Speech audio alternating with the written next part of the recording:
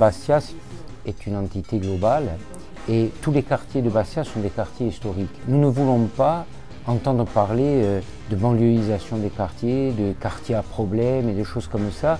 Et en particulier, je dirais que même le terme de quartier sud ne nous convient pas complètement. Pour nous, il y a par exemple Cardo, il y a San-Disé, il y a Lupine. On parle du sud de Bastia.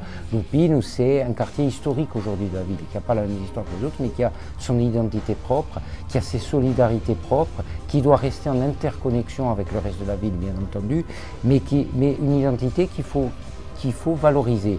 Et c'est une logique qui est complètement différente de celle qu'on voit se développer ailleurs, dans des villes où finalement on a une logique du centre, une logique des quartiers périphériques qui deviennent des banlieues. Ça, nous ne l'accepterons jamais et c'est pour ça que nous avons une vision globale du développement de la ville, mais en même temps, la spécificité des quartiers est une richesse culturelle, on le voit dans certaines villes d'Europe. Quand on a misé sur ça, on a des villes qui sont vivantes, des villes qui sont solidaires et des villes où les habitants se retrouvent et retrouvent des réponses rapides à leurs préoccupations.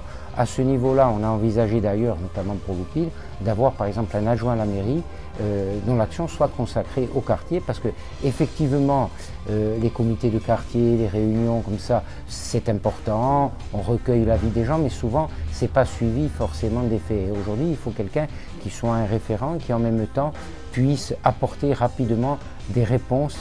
En particulier à Lupine, il y avait une tradition, puisqu'il y a une mairie annexe, d'avoir un adjoint à ce niveau-là, dont l'action soit consacrée à ce quartier, c'est quelque chose qui nous paraît particulièrement important.